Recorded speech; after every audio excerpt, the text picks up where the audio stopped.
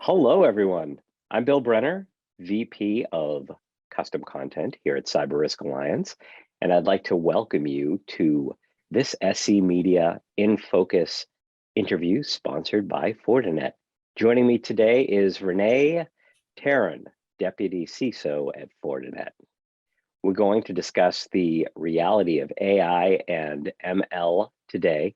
That's artificial intelligence and machine learning, and what their roles are in defending this heightened threat environment we find themselves in. So Renee, welcome. Thanks, Bill. Thanks for having me. So let me start by asking you for an overview of the threat landscape as you see it today, how you see threats, specific threats increasing, in terms of whether you see them as more sophisticated. So all of this based on your conversations with other CISOs. Absolutely. The threats are definitely increasing and obviously becoming more sophisticated. It's becoming more apparent that adversaries will stop at nothing, whether that's creating more malicious malware, like we've seen with some of the transformation in ransomware. Ransomware versions have been evolving from not only encrypting the data, but also, exfiltrating the data as another way trying to exploit payment from victims. And now we're even seeing wiperware, where it's actually wiping the data out. So all the way to sophisticated supply chain attacks. They're leaving no stone unturned when it comes to trying to gain access and maintaining a foothold into networks. And often this means trying different tactics simultaneously. And so this creates a huge challenge for CISOs, especially as organizations are in a constant struggle to see in control of who and what is accessing their networks and what actions that they're taking. And what they can see is ultimately resulting into more tickets and more events than ever before, increasing the difficulty for security operations teams to really identify threats. So against that backdrop, what are two proactive cyber strategies CISOs are looking at even more today? First is zero trust access. As more companies are shifting their networks to accommodate remote workers, multi-cloud architectures, and digital innovation, their approaches to security really needs to change and evolve as well. Today organizations need to establish, secure and trustworthy access from, locations, from any locations to a variety of cloud-based services and enterprise resources. And so traditional security models, really focus on under the assumption that anything inside the organization's network should be trusted. But automatically extending trust to any device puts that organization at risk, when it becomes compromised, whether that's either intentionally or unintentionally. In addition, we're also seeing more of BYOD, bring your own devices, as well as, Internet of Things initiatives that have really led to the proliferation of access points and endpoint devices. So the traditional network perimeter has been eliminated. And so attackers, malware, and infected devices that bypass edge security checkpoints, often end up having free access inside the network. And so with a zero trust approach, that shifts that fundamental paradigm to of open networks built around inherent trust to a zero trust framework. And so this strategy really leveraged that adoption of rigorous network access control to really identify, authenticate, and monitor users and devices, both in the network. Yeah, on the bring your own device side, I feel like with the shift to remote work in the wake of the pandemic, we see a lot of companies just throwing up their hands because, go back to 2010, and there was a pretty vigorous debate over bring your own device, when it's okay to use personal, when you should be using company issued. And it just seems to me that all of that has just gone out the window. Absolutely. And the way we talk to a lot of organizations, the new model, the new paradigm in the way we work, it's here to stay for the long term because, it took us, a pandemic to have us work from home. Next time it could be a natural disaster, it could be a terror attack. Who knows what could happen?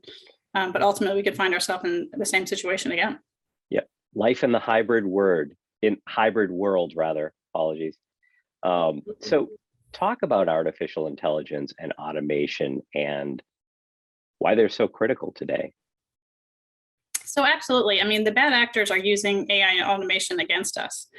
With AI, cyber criminals can now, hit networks in search of vulnerabilities with astonishing force multiplication. And so teams today must fight off more attacks at higher speeds than ever before. And so human speed is no longer sufficient. We need to be doing things at machine speeds. In addition, many orgs, are plagued with not having enough cyber resources. And so by leveraging AI and automation, it can help lessen the burden for these organizations. So where do you see the role of machine learning?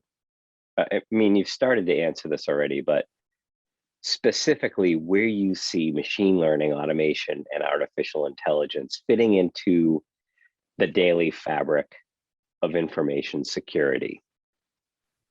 Yeah, as networks grow, increasingly complex and distributed, a lack of visibility into control, over these various elements operating with a network, as like I mentioned before, the growing number of edge devices, many which operate largely in autonomous environments, can really create security gaps and an opportunity for zero-day threats to wreak havoc within your environment.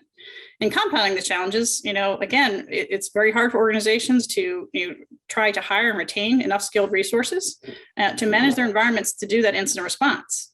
And so as a result, many breaches are actually a result of human error. And whether that's a device being misconfigured or a critical indication of compromise was overlooked, in many cases, it's simply just an overworked, IT admin. And so even most highly skilled IT security professionals can occasionally make mistakes. And so by leveraging automation and deploying AI-enabled technologies, it's much easier to identify threats, streamline your workflows and create a consistent and efficient responses. They reduce the chances of human error by taking the human out of the loop, as well as eliminating the slow and manual process. In this day and age, speed's essential for any proactive threat management strategy. And cyber criminals are taking advantage of every second they can and automating attacks to increase their speed threshold. And so by leveraging solutions that incorporate AI and automation, CISOs can proactively take, today's automated cyber attacks and try and stay one step ahead. Yeah. So we have time for one more question. And so here it is. If you can, talk to me about one key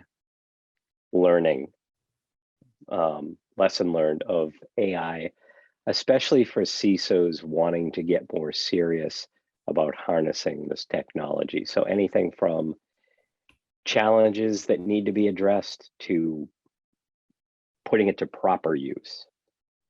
If implemented correctly, AI will not only defend against attacks, but can also offer much greater visibility across network endpoints, while easing the incredible loads being placed on our security operations teams. Because again, they're trying to keep their heads above water when it comes to dealing with all these events and incidents. So organizations, can't be deploying AI haphazardly. It really needs to be strategic and well thought out. So they can't be driven by, marketing brochures to try and chase, best of breed solutions.